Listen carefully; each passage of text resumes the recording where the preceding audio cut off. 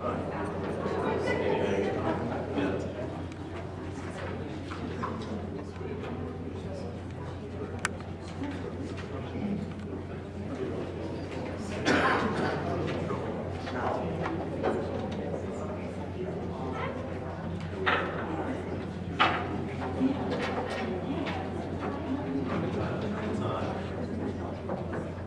evening. Thank you guys for coming this evening. My name is Andy Durka. I am the president of the Park Ridge Education Association and one of the sponsors of tonight's event. I want to thank all of you for coming and for understanding the importance of the position that these candidates up here are running for, that being Park Ridge School Board. One of the more important elected positions, I think we can agree, in the city of Park Ridge. I want to thank a few people before we get started. Christy Thielen, Melissa Johnson, and Carolyn Schaub from the PREA for helping to organize this. From ELF, Carolyn Sikowitz, sorry. And also the PTO president. This is a joint effort between PREA, ELF, and PTO to get this going. Also the staff at Roosevelt for hosting us here this evening. And of course, the candidates themselves for attending this evening. On the ballot on April 6th, we will be electing 3 positions. There's 3 4-year vacancies for the board, as well as 1 2-year vacancy, which is unopposed. So you'll actually be asked to vote for 4 candidates. As there's 7 on the board, this does represent a majority of the District 64 board. The 4-year vacancies will be John Heide, Dan Collins, and Dr. Tony Borelli, who is also running again. The 2-year vacancy is Bob Johnson's position, and he's rerunning for it again for the remaining 2 years, and that's unopposed. So, before I pass it on to our hostess, our moderator, I'd like to introduce Dr. Tony Borelli, who is currently on the board, Mr. Tom Sotos, Mr. Greg Bublitz, and Mr. Bob Johnson. Unfortunately, our 5th candidate, Mr. Mark Eggeman, had a work engagement this evening, but we do have a statement. He did send in a statement that he will have read as the candidates are giving their personal statements. So at this point, I'd like to introduce Mrs. Gail Haller, who is the Executive Director of the Park Ridge Chamber of Commerce. She was kind enough to take time out of her evening to do this for us. She did it for us 2 years ago. It went swimmingly, so we've invited her back. And I will turn it over to her. And we expect this to go for about an hour, at which point you'll have an opportunity to meet the candidates informally if you so choose. So once again, thanks for coming. Thank you. I'm testing my, can you hear me in the back? Good, thank you. Why don't we start off with our 2-minute statements or intros, and Dr. Borelli, would you like to start first? Thank you, and good evening, and thank you for having me here. My name is Anthony Borelli. I'm currently on the Board of Education. I was originally elected in 2011 for my first term. Prior to that, I was on the Library Board of Trustees. I was proud to say part of the Park Ridge Indian Scouts, and I ran the 2010 Christmas tree sale, so I hope everybody bought Christmas trees that year. My wife and I and my children, actually my wife and I are 25-year residents of Park Ridge. My children have matriculated through District 64. My oldest is in 8th grade, my youngest is in 8th grade, my oldest is in high school. And I originally got on the board because, as you see, I had somewhat of a history of civic involvement, but I felt I wanted to make more of an impact into my community. The greatest impact I could make at the time, and right now for me, would be on the Board of Education. Board of Education controls a large portion of my property taxes, and to protect my taxes and to protect my property values, I want to make sure our schools are strong and our taxes are well placed. That was my primary candidacy vow back in 2011, and it hasn't changed. I still am pushing for more open communication to the public, increased academic excellence in the district, as evidenced by my goal of having one of our schools in the top 50 in the next 3 to 4 years, increased financial oversight to make sure that the tax dollars are well spent and well placed, and communication to the district in the form of improved websites, to improve communications from building principals and superintendents to let people know what's happening in our school district. And with your benevolence, I hope to have another 4 years of having your confidence in going out and achieving these things. Thank you. My name is Tom Sotos. I'm a lifelong resident of Park Ridge, Park Ridge now is District 64. I'm a proud alumnus of District 64. I went to Jefferson, Field, Lincoln, and Maine South. Over the past decade, I've built a real estate law practice, a small boutique firm, and have invested in several real estate projects. But it is not that capacity that I appear before you today. I decided to become a candidate for the school board because of my two children. I came from a family that believes education is everything. My parents always prioritized mine and my brother's education, teaching us that it was the key to the American dream and to be a good citizen. Today, as a parent myself, I worry about the same things my parents did. Am I sending my children to the right schools? Do my kids' schools have enough resources and the right teachers? Are my kids going to get into the college of their choice? I know we are all asking these questions, so I'm here to humbly seek your support in my efforts to get the answers to those questions. I know that a single school board member cannot solve every problem or face every challenge by themselves, but I can promise you this, I will ask the right questions. Are our schools performing on par with other districts? Are we investing in our children at an appropriate level? Are we holding our administrators, our teachers, board members, and our parents accountable for our children's performance? I believe that my experience in diversity can bring a fresh mind to how the board's decisions can impact the schools as well as the taxpayers of this district. A strong district is not only crucial to the future of our children, but it is crucial to the residents and the property values of the place we all call home.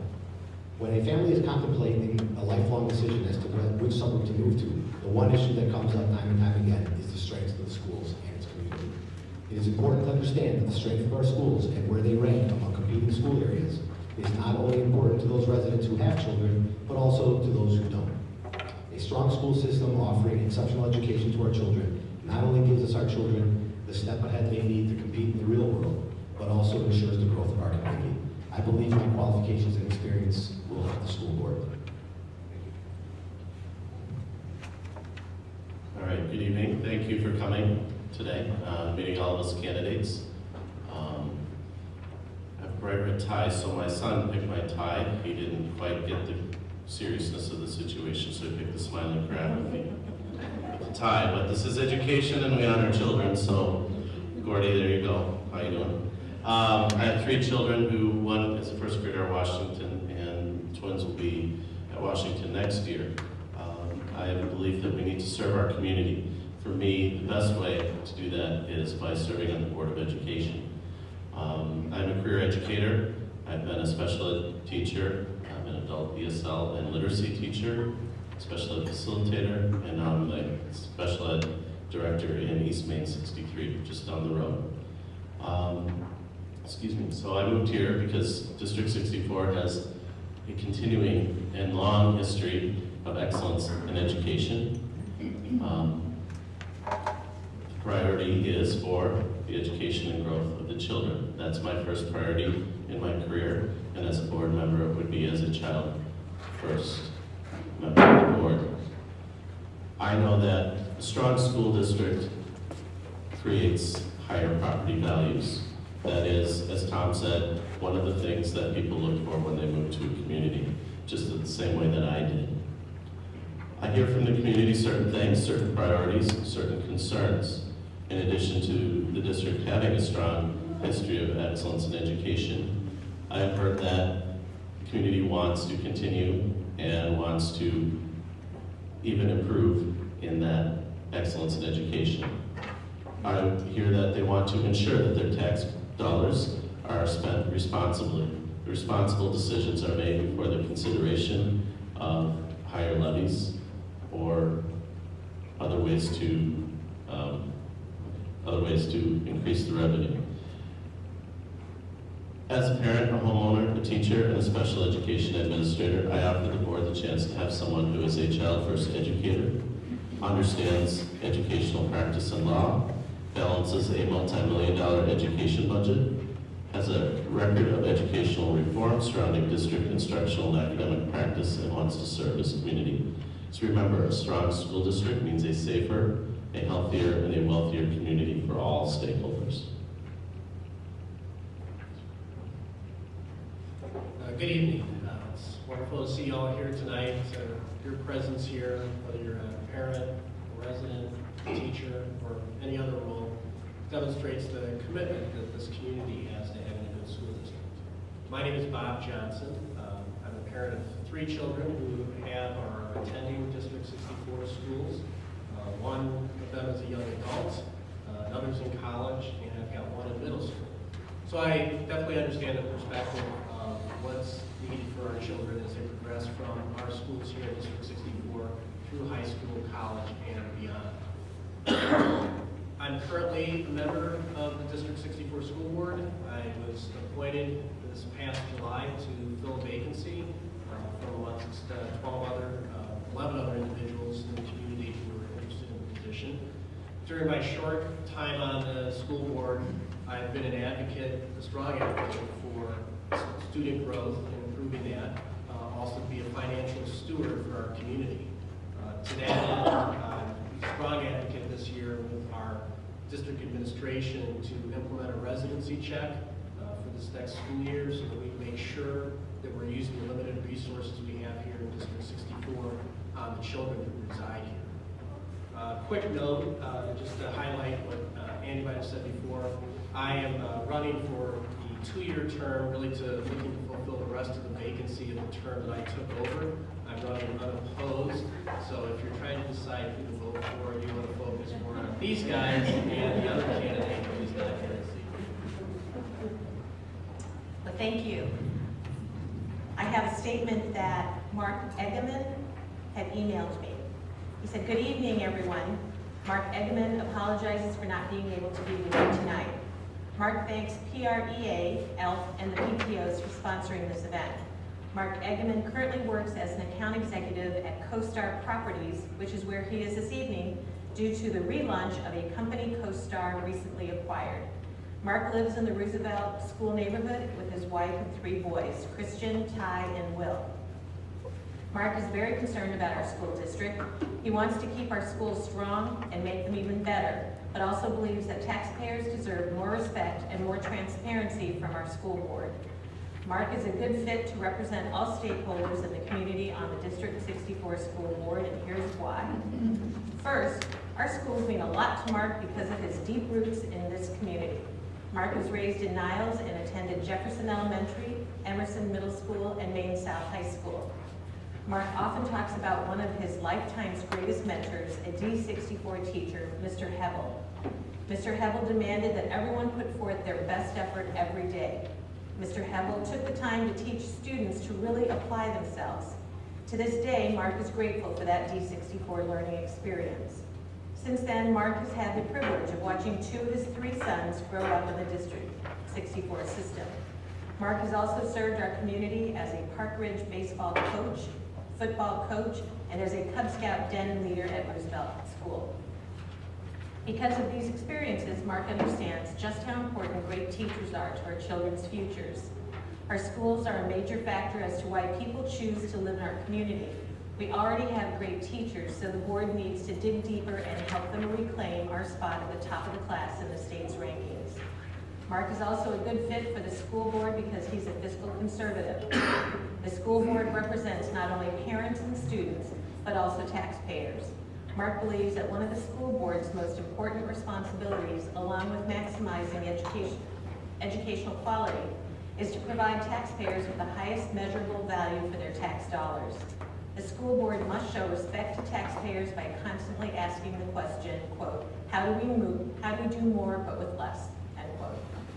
Finally, Mark believes that the school board and the administration must provide complete and total transparency in everything they do. Only through an informed citizenry can we hope to produce the kind of results that our students and our taxpayers deserve. To this end, the board should adopt policies which discourage closed meetings. Thank you for your consideration, and please consider voting for Mark Egeman on April 7th. So that was his statement that he wrote.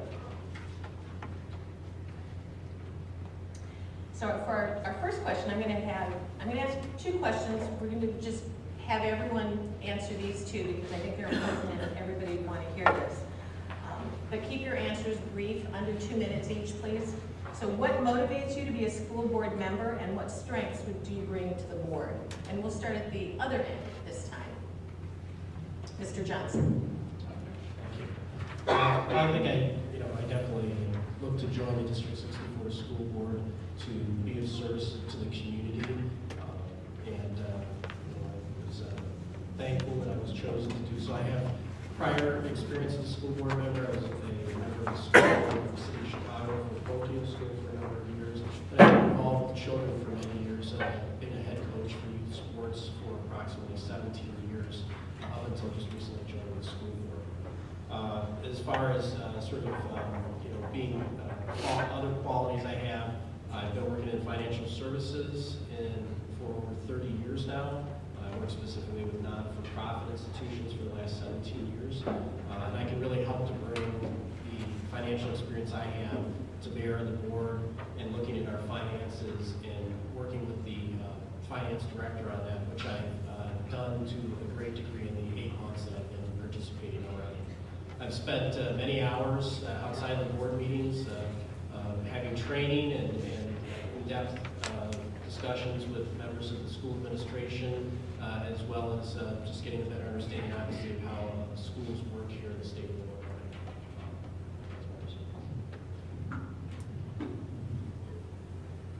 All right, as for motivation, again, I'm a community member. I have 3 small children who will be going to the schools here, and we plan on seeing them through their school career. I'm a homeowner who wants to continue to have those property values high because this is a prime place to live. And I'm a career educator. It's not a job to me, this is my vocation. I'm a true believer who believes in education, and I picked special education because of that. The experiences I have through that career as a teacher, whether it's in a private school, therapeutic day school, public school, as a mid-level administrator, as a facilitator in special ed, as a special ed administrator at central office. I have a lot of experience, whether it's functional for behaviors, whether it's curriculum and instruction. I manage a large budget for the special education department. It's about 25% of our school district budget, and I understand the need to be fiscally responsible with that, because nothing angers me more than buying the latest fad or people ask for something and they do not use it. We need to be intentional with the use of our funding, whether it's for special ed or across the way for operations and maintenance, education fund, etc. My experience also includes going to a lot of board meetings. I work close with our board. I do understand how they function, all the way down to administration, building administration, as well as teaching. And that's why I should be part of it. All right. What motivates me to be on the board? Well, again, like everybody here, I also have young children in the school district. My wife is just getting into the school district, kindergarten and first grade.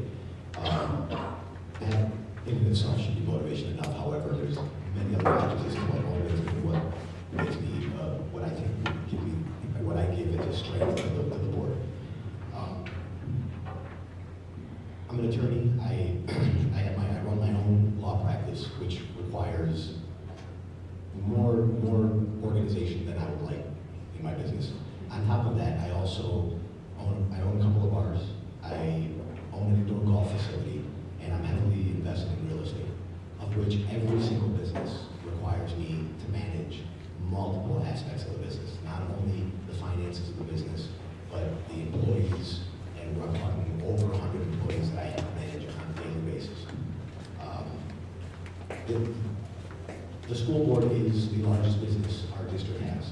It's the biggest business in Park Ridge, and it requires somebody who can maintain a cool head, who can listen to all sides, listen to all the citizens, not just some of them, not the ones that are complaining about, the property taxes being too high, and not the ones that are complaining that their kids aren't getting a good education, but listening to all the citizens so that you can hear the positives as well. This is a strong school district.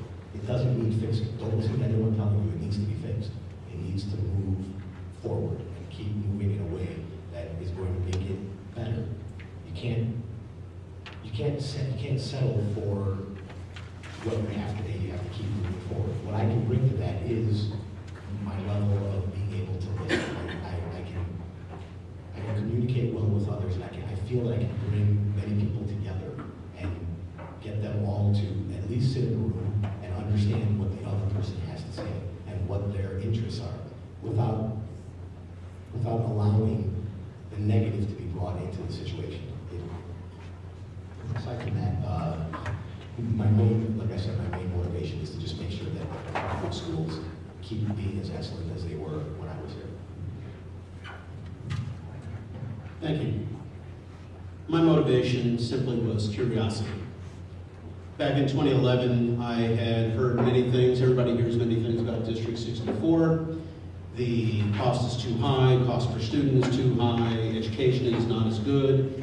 I wanted to get involved so I can find out these answers myself. And the only way you're going to know it is by going to meetings, reading the minutes, attending the meetings, being part of the meetings.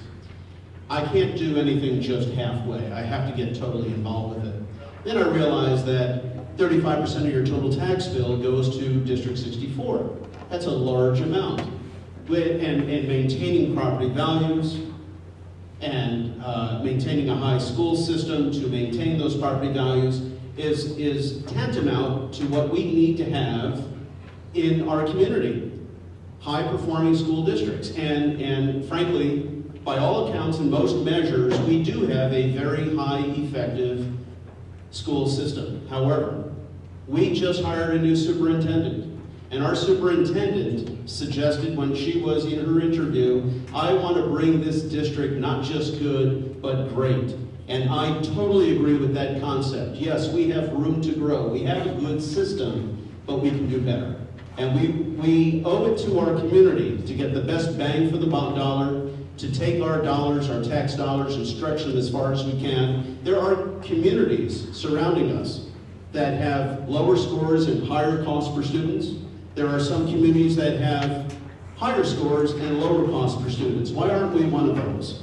Why can't we find a way to get more with less?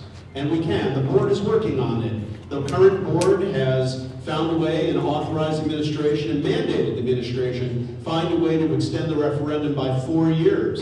We have found some ways, but we can do more. And in 4 more years, I intend to do more to provide more for the community. Thank you. While Park Ridge undoubtedly has a history of outstanding schools, no district is perfect. Can you address what you see as the single greatest strength of the District 64 schools, as well as the single most immediate need that requires attention? Dr. Burley, go ahead. Sure, I'd be glad to answer that. The greatest single strength in District 64 today is the community. There's no question, hands down. Pearson, the book company that makes all the books, did a study in 2013. The study was ostensibly to determine where America ranked nationally on the global scale academically. And while they chose America as the 17th academically ranked in the world, they also came up with 6 specific local connections or ideas or items, and one of which is the local customs and mores and values have more to do with helping or hindering a school district than the school district can do by itself. In other words, without support from the community and without guidance from the community, the school district cannot flourish. And indeed, we have a strong sense of community involvement in District 64. In part, I know that from all the emails I get as being board president. But I can tell you that the attendance at our meetings by parents, the phone calls, the attendance at PTOs and health, we have a strong community presence, and in the future I hope to make that even stronger yet. And overall, we have a good, solid intra-district community, but certainly the community in total is really what drives our district today. Thank you. Mr. Bublitz, would you like to address that? Thank you. Again, looking at strengths, I echo Tony on that the families really make up one of the strengths. We have a highly educated population. We are blessed with a lot of resources. We are a relatively affluent community. With that, another thing we have is a very strong teacher population. And if you look at the research of John Hattie, if you look at the only one factor in a classroom that affects student growth overall is the teacher. We need to look at how are we supporting those teachers, how are we training them and developing them so that they can be that number one effective person and variable within a student's day. While communities have a strong role and they do provide that stability, an ineffective teacher is not going to help a student in as much as a well-developed, professionally developed teacher will with best practices. So when looking at how to improve, I'm not sure there are weaknesses. It's a strong district. You want to look at systems like multi-tiered systems of support that we can tighten up so we can access interventions in education for all children.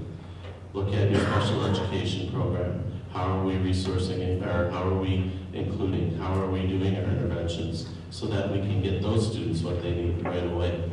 How are you looking at ESL population, which is not as high here, but some of those universal design for learning aspects that we use for them, for special ed students, and for other learners, whether gifted or just need that little bit of extra help from your MTSS or RTI system.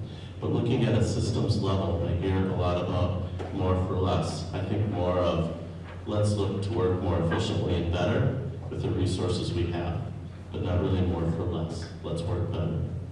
Thank you. Mr. Sotos, according to the Illinois Association of School Boards, board members should, quote, lead from the balcony and not the dance floor, end quote. What does this mean to you? Well, what it means to me is that board members, I personally believe that board members need to lead as board members and as community members. They need to be involved as if they were the student themselves. The student and the children are the most important thing to all of us. And if you're going to be on the board, you need to be 100% vested. You need to be 100% involved. You need to be 100% ready to make very, very difficult decisions. Some of these decisions are not going to make everybody in the room happy. You're going to upset possibly a teacher. You're going to upset possibly an educator. You're definitely going to upset a taxpayer here or there. But it's going to require you to lead, whether it's from the balcony or from the dance floor. You're going to need to do both, in my opinion. You're going to need to kind of be above and looking down at the overall picture to make sure that we can bring all these different areas together so that everyone can agree on the one goal that we all have, which is greater schools for our children. And then you're going to have to get on the dance floor and do a little stepping so that you can make sure that it happens. You can't be afraid to get a little dirty. Thank you. Mr. Johnson, would you like to address that one too? Yes. Leading from the balcony Okay, rather yes. than the dance floor? So to me, what that means is the school board members, the school board really needs to be strategic. It's the entity that really needs to set the strategy and shouldn't be getting caught up in the smaller details of things that really we have other professionals in our administration and teachers who can take care of and are much better situated for. Looking at our school district right now, we are about to embark on a new 5-year strategic plan for the school district. We have just finished having a study done. It's called CEC, where we've had administrators, teachers come in from other districts to help evaluate what we say we're doing, are we doing it, so that we're not fooling ourselves maybe, and we get a really objective opinion as to how we're doing. We've also hired a new architecture firm to do a master facility plan for our buildings that we have in the district. And we need to put all three of those elements together, and then we will be able to talk about if people want to have full-day kindergarten, Do we have the facilities for that? We'll have studied that. What would be the cost of that? If we want to look at other things, security, having higher security for our buildings, what's the cost of that? And be able to make those choices. That's really what the school board should be doing, is really looking at things from a strategic level, not getting concerned about the aesthetics of how things are done. There are other people who would be much better skilled at that than the board itself. That to me is what it means really to be sort of operating from the balcony instead of the dance room. Thank you. And Dr. Borelli, finally, would you like to address that one? Yes, I've read the IASCB missive on this particular concept. And what this does is this provides a proper definition and separation of duties of the Board of Education versus the superintendent and staff. When we're elected to the Board of Education, we're not anointed kings or queens. We are representatives of the community, pure and simple. The Board of Education has three primary functions: make policy, pass a budget, hire a superintendent. That's it. The policy that is formulated is intended to help guide the superintendent in carrying out what the community feels is important in their schools, and that's exactly what happens. And then, of course, the board is there to hold the superintendent's feet to the fire and make sure that it gets carried out. But getting down on the dance floor means getting down into the nitty-gritty of running the district. And I can tell you, as a podiatric physician, I don't have the background to be able to do that. And I imagine some of our other folks here do not as well. So it is intended to remind the board that let the professionals do what they should be doing, and we provide the oversight to make sure that things are carried out according to policy and according to plan. That's simply what it means. Great, thank you. I'm going to allow all four of you the opportunity to answer this next question, which is, will you be able to meet the time commitment required of members of the board? And, going along with that, part of board work requires serving on advisory committees such as financial, medical, policy, PTO presidents, ELF, negotiations, to name a few. Which would you volunteer to serve on? So kind of a two-part question, time commitment and which would you like to serve on? You can start and we'll just go all the way down. Terrific. Well, my first 2 years on the board, I was part of the Medical Advisory Committee, Policy Committee, Instruction Committee, and Community Finance Committee, on top of all the board meetings that I had to go to. On my first day on the job, so to speak, Dan Collins, a board member who is leaving the board unfortunately now, and I were elected together, and Dan and I showed up at noon on one day, and we had a 6-hour introduction, and we had a board meeting that night from 6 p.m. till midnight. So my first day on the job was a 12-hour day. And it hasn't gotten any better since. There, between the board meetings and the committee meetings and such, and the visits to the individual buildings, meeting all the folks in the buildings and the principals while school is attending and going on, and all the extra opportunities to meet with the district. Since I've become president, at the opening of the year, I've given a speech and a present for all of the particulars that go on, the award ceremonies and such. So I'm proud to say throughout all this time, in 4 years, I have never missed a meeting. I have never missed an engagement. I have, thank God for my family, who's been very understanding that this is a priority to me. And as I said before, I don't do anything halfway. If I'm going to do it, I'm going to do it. And my record stands on complete attendance. Thank you.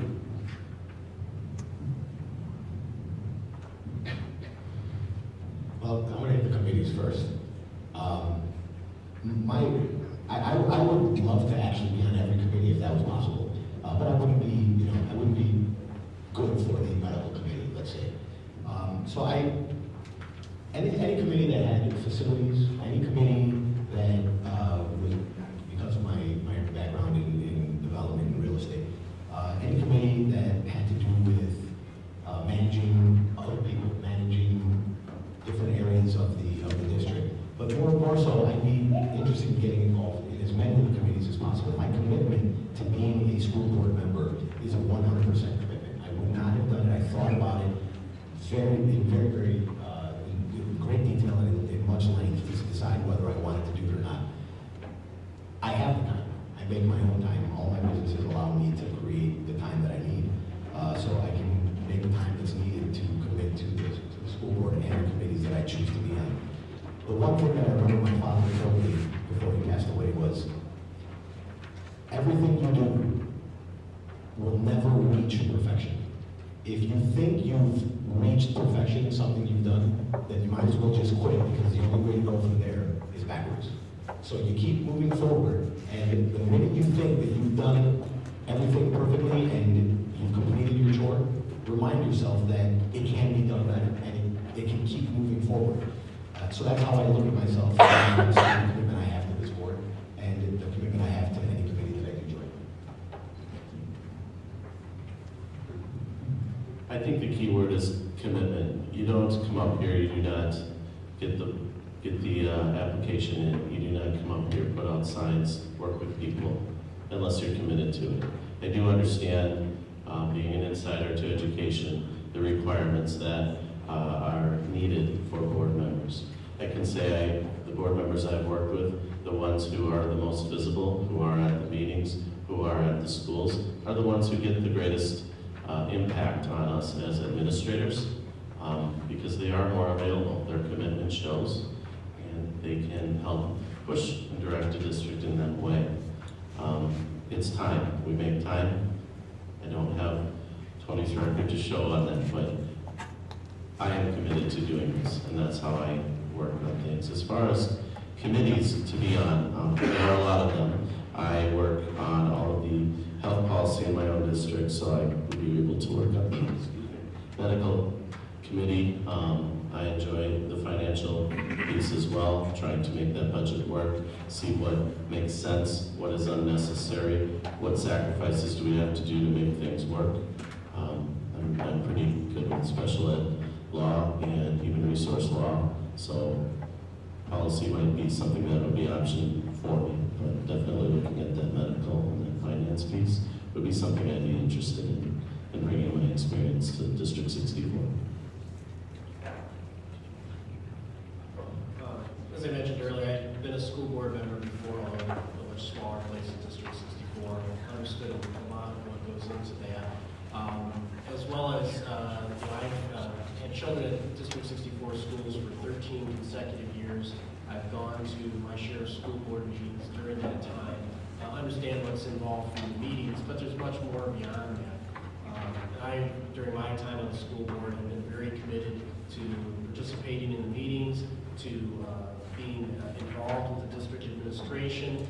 There's much that goes on outside of the meetings for involved board members, asking questions of our administration, understanding issues, trying to actually shorten the amount of time we might spend in a board meeting, because those can be some marathon sessions, and that's not certainly the goal that we want to have for the community. I've taken time away from my work to attend sponsored training that the Illinois State Board offers for school board members to become more knowledgeable about school board management, as well as some of the legal issues that are referred to. And I've been involved with different elements here in my short 8 months on the board, participated in the selection of the interviewing of architectural firms that we went through multiple rounds doing. Just started to become involved being a liaison to ELF here, and as well as we've really begun to start an outreach program going to some of the PTO meetings, which we've done recently at some of the different schools here. So certainly I understand and am very committed to making sure that I spend whatever amount of time is needed to serve the community, and that's really what I'm most interested in doing. Mr. Johnson, while you have the mic, with 1 or 2 meetings a month, all school boards are limited in what they can do. How should a board decide what's the most important? Well, I think the board, and really in consultation, I think with the administration, the superintendent, as well as listening to the community, we need to stay focused really, strategically what's important. So what is it that we need to do strategically? There are going to be things that we're going to have to deal with that you could say are strategic, but whether it's we need to replace a roof, cost money and things that we have to figure out, how we're gonna pay for them, what's the best way, and even methods to do that. So I think that, that's, those are the sorts of things that, the school board really needs to be focused on, and are really the high-level strategic things. And really, we're very interested in hearing from community members as to, what are people interested in. That's why the school district's been, attempting different surveys and things. We're trying to get people's input, and sometimes you realize people are maybe more highly motivated, the things they have a direct interest in one time, what day of the year will school start or end, versus maybe, more of a general survey. So certainly want to encourage folks, to participate in that, because that's a much better mechanism for us to get a large amount of feedback. It's obviously difficult for us to go one by one and talking to, hundreds of people and getting that same sort of feedback. So, that's, I think that's really what the school board, should do, and really focus on, trying to keep the agenda to more strategic items, and let the administration take care of things that, they're more expert in, as long as it's stuff that's allowable in the regulations. Okay. Mr. Bublitz, how would you as a board member be an advocate for taxpayers while also continuing to provide students with a rich educational experience? Sure, that's always the question in maintaining a level of academic excellence while using the resources you have. You really have to prioritize, and this actually goes to the question before as to what is necessary from the district.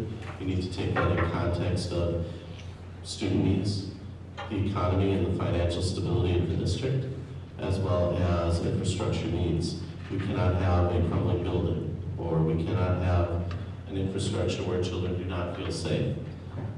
Those things take priority, and those change, and that's fine. However, we do need to understand that there's a finite amount of money. There are community concerns and needs as far as their taxes, and we need to continue to work to maintain that high level of academic excellence so that the taxpayers do feel that, yes, we are getting what we are paying for. I do not think it's appropriate to raise taxes just for the sake of the ability to raise taxes, or that we can.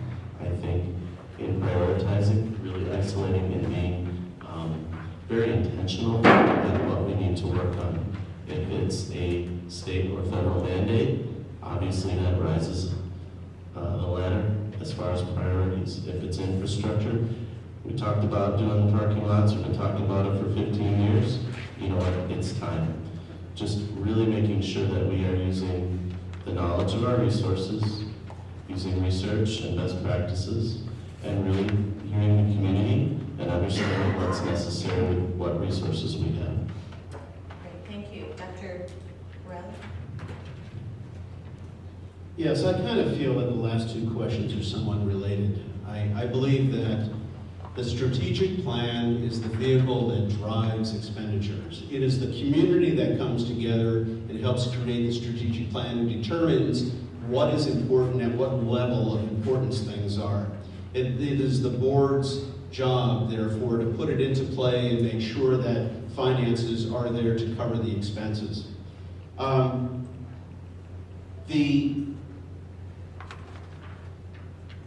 The setting of the agenda and determining what's important is simple. Board members are representatives of the committee, of the community. Board members are in the community. We hear what the community is speaking about. I bring it back.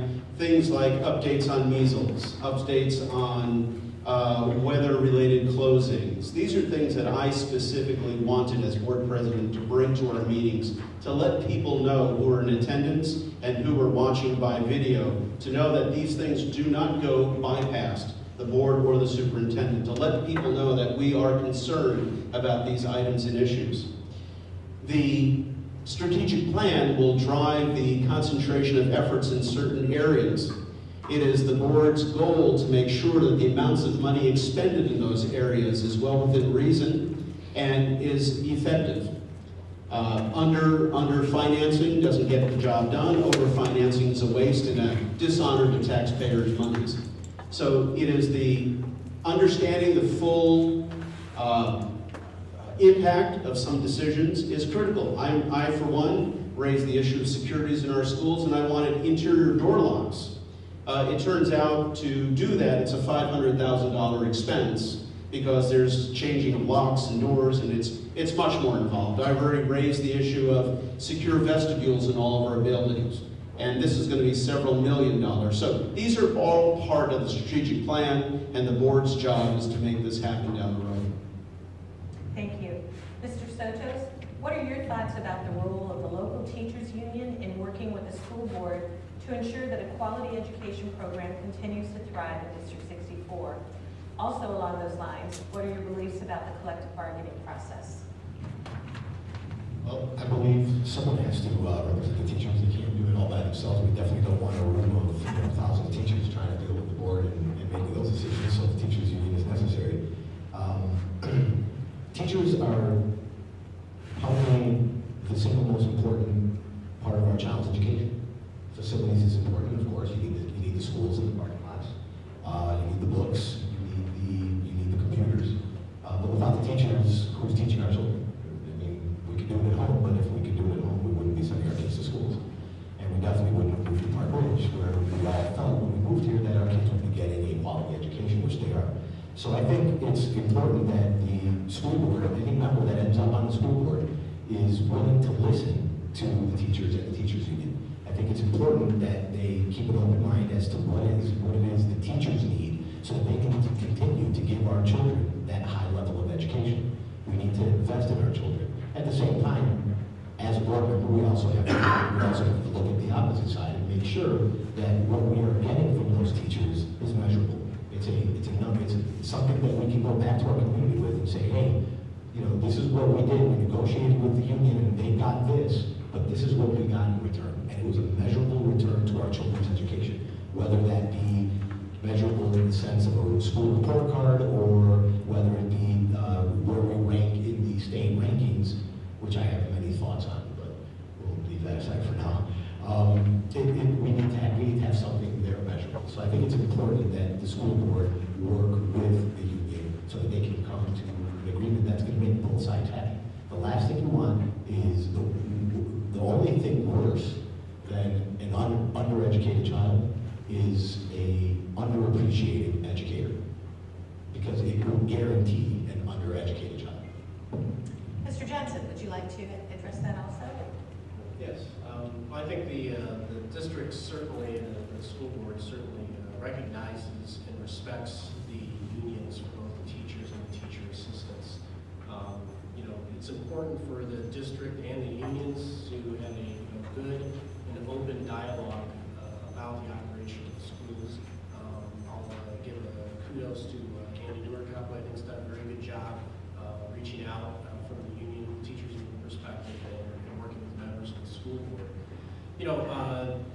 If you've been here in Park Ridge for a number of years, you may recall that years back, there was a very ugly situation here. We had a teacher's strike. We had people yelling and screaming at each other. They were on the 10 o'clock news on channel 2, 5, or 7. And that was a very horrible situation. And the community, basically the school board, the teachers, and the community decided we didn't want to have that sort of environment.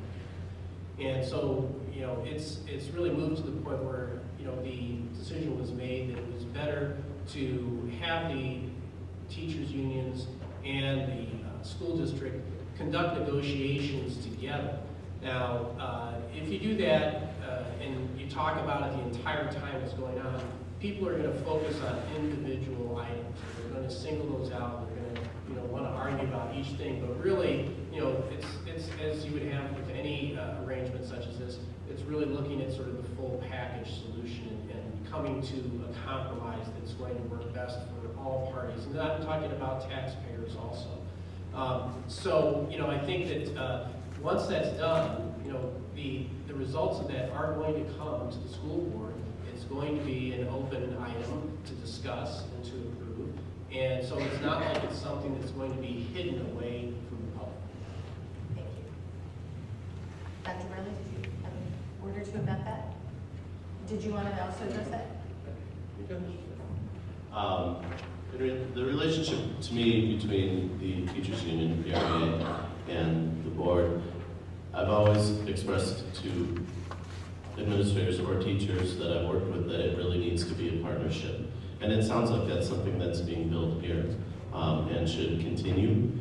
Without that partnership, you end up with two sides that are not looking at advocating for their sides, board as custodians for the community, teachers union as advocates for teachers, and everybody as advocates for children. When you lose sight of that, that becomes a problem. So having the open lines of communication from school to school, school to district, and then board to union throughout that, in order to address concerns, whether it's work environment, professional development, negotiations, and having that transparency between those groups of stakeholders, the board, administration, and teachers, is really important to address those needs as soon as possible and when they come up, so you can have a better working environment and ultimately better growth, hopefully, then for the students.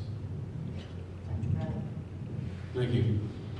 Every report that you read indicates and shows conclusively the value of staff and teachers in our schools. Nothing happens without good teachers, and we are blessed to have them. As representatives of those teachers, the PREA, interacting with the board is critical to move this district forward. Years ago, I'm not quite sure how or when it all started, but there has not been the level of interaction with PREA that I would enjoy. We have, Andy, in the 2 years, we've had a good conversation. You mentioned to me sustainability. I jumped all over that, and I wanted to develop sustainability for it. It's good for the district. It's good for us. There are numerous other instances where we can work together. I recently had the opportunity of reaching out to the president of District 34 in Glenview, Chris Northwick, who's been president there for 8 or 12 years. And in that district, they have a constitution. That constitution simply puts all the parties at the same table, and all the parties realize, what are we here for? We're here for the kids. That's the goal, teaching the children. All the issues about money, all the issues about proprietary desires, that goes away, because if what you want isn't going to benefit the child, then it should be off the table, because that's what we're here about.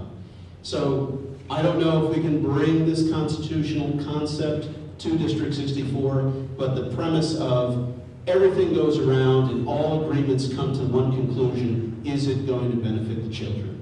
And that's what we're here for, and that's what I'd like to see going on. And if we have that attitude of working symbiotically, then I believe a lot of the friction will go away, because we'll all be working for one goal. Thank you. I'm going to address this to all four of you. I'd like you all to answer this, but to keep your remarks brief, please. For better or for worse, standardized tests are a part of the educational culture in measuring academic performance. In your opinion, how important are standardized test scores in judging the quality of the district, individual schools, and individual teachers? Dr. Borelli, you can start. All standardized tests have positives and negatives. We all know that. Certainly the ISAT had problems, PARC has problems. They could be too focused. You're worried about teaching to the test. They only test in certain areas, math and reading. We know these things. However, they are essential because they do provide a broad comparison of district to district on the very much basics. More importantly to me would be the MAP testing. MAP testing is a real-time measurement of individual student growth, measures of academic progress. It is an interval scale, so we know that the improvements from year to year are absolutely recorded and accurate. The MAP testing shows static knowledge and potential for growth. And when you plug this in, it actually helps to drive the curriculum. It helps in differentiation. So it can be utilized to benefit the educational process. On the other hand, without proper review of the data, without proper review of the statistics, and without proper review of the growth parameters, of course, it's just an academic waste of time. So I'm proud to say that in our district now, with Lori Lopez and Lori Heinz doing extensive research in the MAP testing in the growth particular area with stated goals of 90% achievements in student growth in reading and 75% in math in the next 3 years, these will put District 64 in the aggressive growth mode of math testing. And that's in the 95th percentile across the country. I look forward to these statistics coming true. When we call it testing, how do we judge how these kids are moving forward? There's many ways, but I think we should incorporate as many of them as possible. I believe that standardized testing is absolutely necessary to identify at least a portion of how our children are progressing. I do also agree with Dr. that the math testing is essential. It gives you that year-to-year growth, knowing whether your child is actually progressing from 1 year to the next, so that we know and the educators know that those students will be ready for the next level of teachers that are taking them on. So going along with the standardized testing and with the math testing, I also believe that there needs to be some level of involvement by the community as a whole, by families, by parents, so that they can understand what all this testing means, how to actually understand it. When I decided to become a board member, when I decided to run for board member, I ended up having to do, if you go look in my car, I have a trunk full of papers that I printed up. I did as much research as I possibly can to get myself to understand what a board does and what their goals are. As a regular resident of this district, with children in this district, we can't expect our parents to go out and do hours and hours of research and print up 5,000 documents to read. So along with the testing, so that we can identify our children's growth, we should also come up with something that is easy to read for parents to identify how their children are moving forward, and not simply a report card or a test score or even a ranking in the school district. All right, I'll try to keep this brief. I'm not a fan of formalized assessments such as ISET or PARCC. I think there's too much of it. It's taking away from teaching time. I am a fan of MAP, and I pushed my own district to get that across the grades. I am a fan of district level, local normed testing that we can measure our own success with, some variables that look at national norms. I believe in a strong system of standards-based education in which we can use formative assessment to direct instruction. We can then differentiate for our students where they're at, not based on some national test that's going to tell us some numbers where the data is not even going to be accurate from the next 1 to 3 years. Yes, I realize I'm an educator going public with that, and understand. But I think the key, when you look at the most successful countries in education, such as Finland, they do not place a great basis on formalized, high-stakes, standardized testing. They keep it to the local level. What does the district need? What are the formative assessments? Training teachers on how to use data and use assessment to make better decisions, to make more appropriate individualized decisions on the education of our children. That's what's necessary. Do I not believe in accountability? That wouldn't be true. I do believe we need to be accountable for our actions. These are children. We have to be doing what's best. However, accountability based on a flawed test and teacher evaluations, I can't change the law, but I think we can look at those other tiers during PARA, the evaluation training, for those who don't know. Looking at PARA and having better local testing, whether it's normed like NAP, or whether it's teacher-based formative assessment. Definitely go for the shortest answer here.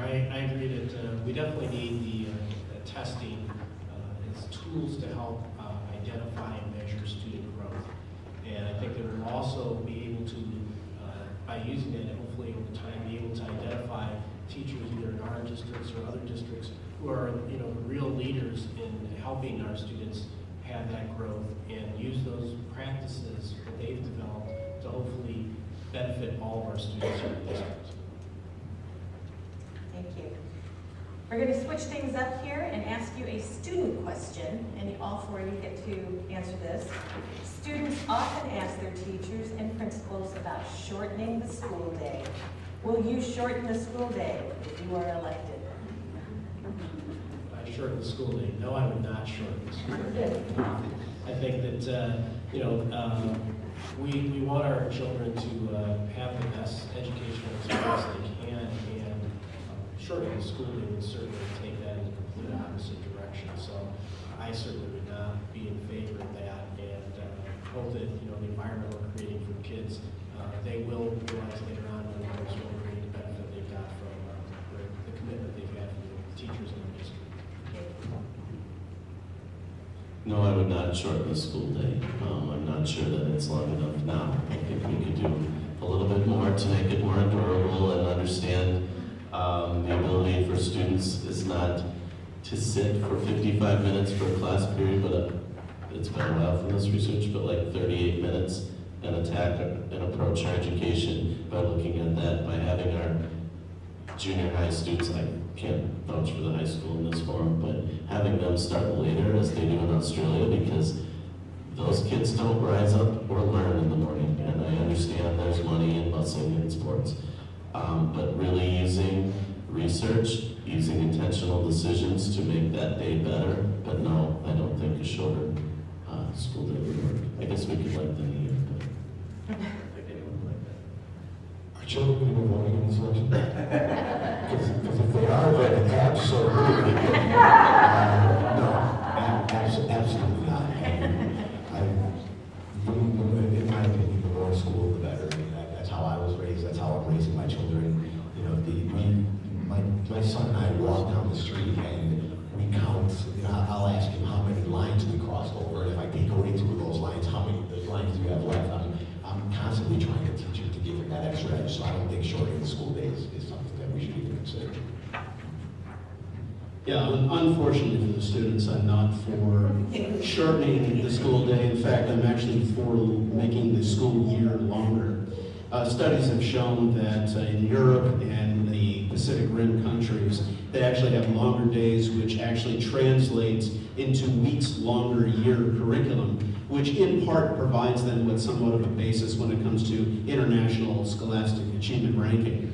However, to get past that, oh my God, I've got another 4 hours to go in school day, it is keeping the kids engaged. Keeping the kids engaged by daily differentiation and making sure that they are having fun. And God knows I was a professional student finishing my residency at the age of 30, so I know all about that. But the long and the short of it is keeping the kids engaged, making it as fun as possible, makes the time go faster, but not a shorter day. Thank you. We have one question left, but before I go into that, I just wanted to, since I have a captive audience, mention the Park Ridge Chamber of Commerce. We're hosting some community events, and I just wanted to let you know we have the electronics recycling on April 18th. It's going to be at Public Works. We also are hosting 4 car shows this year in the library parking lot. And as usual, we do the Winterfest the day after Thanksgiving. So just a little plug there. And finally, all 4 of you get to answer this one too. When students leave District 64, what memories and/or experiences do you hope they will leave with? And what will you do in your capacity as school board member to support this? Here's one I haven't prepared for. The one word that comes to my mind is joy. Reflecting back to these years, the age of innocence, to make it as happy and as comfortable and as safe as them, so they have these fulfilling and wonderful memories. I think we all have memories of the time that when we were in grammar school, at least I hope we all do. I certainly do. And I remember the warm feeling that I had and the guidance that I got from those folks back then in the Pleistocene age who taught me. But it is imparting that warm feeling and caring feeling and love of learning and realizing that there's a whole world out there that it's just there for your exploration and your desire, and instilling that passion to lead the good life is what I would like to have our students have as they leave us.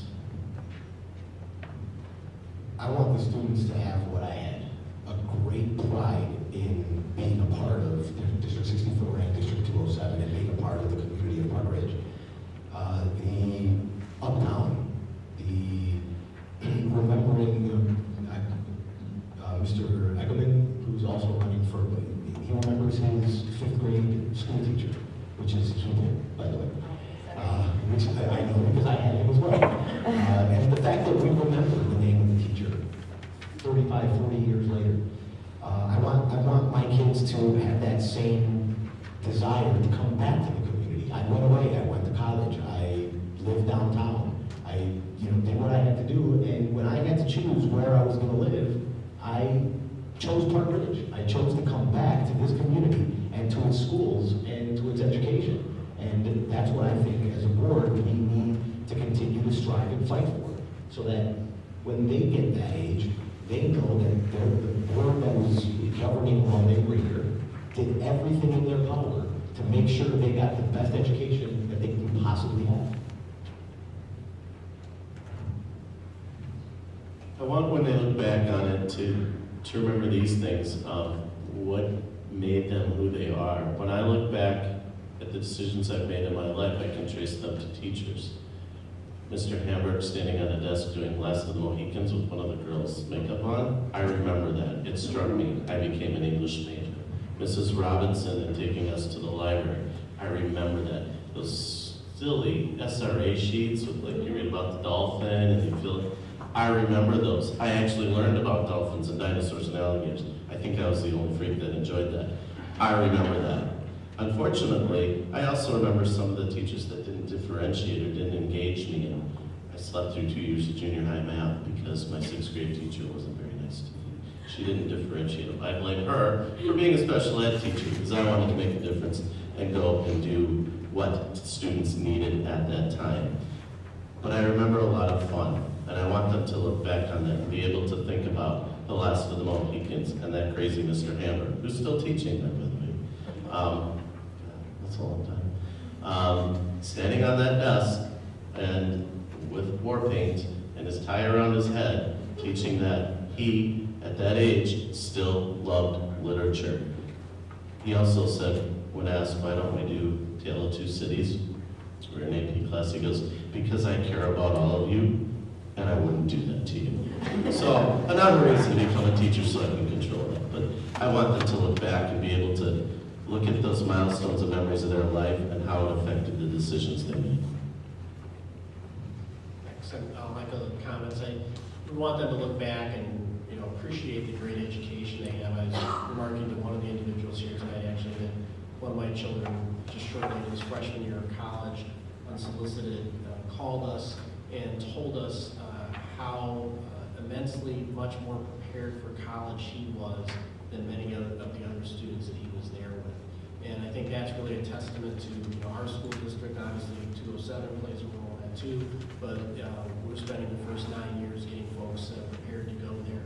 I think you'd want to, I want them to hopefully have good memories about teachers who cared for them, as Greg was mentioning, and very involved with the students and looking to really provide a differentiated experience for our children. I hope they would also appreciate the great, safe learning environment that they experienced here, as opposed to what people, even in our own metropolitan community, where there are other people who worry about just the walk to school, let alone the environment that they're in. And finally, I hope that they would have that love for school and continue to have a love for education, further learning in their lives. Thank you. And that's it for our formal presentation. The candidates, I hope, will stick around for a few minutes if anybody would like to talk to them. I'd like to thank all you guys for coming out tonight and taking the time to learn more about me. Dr. Borelli, Jonathan, thank you for your service, and for the rest of you for all of the evening. Gail, thank you.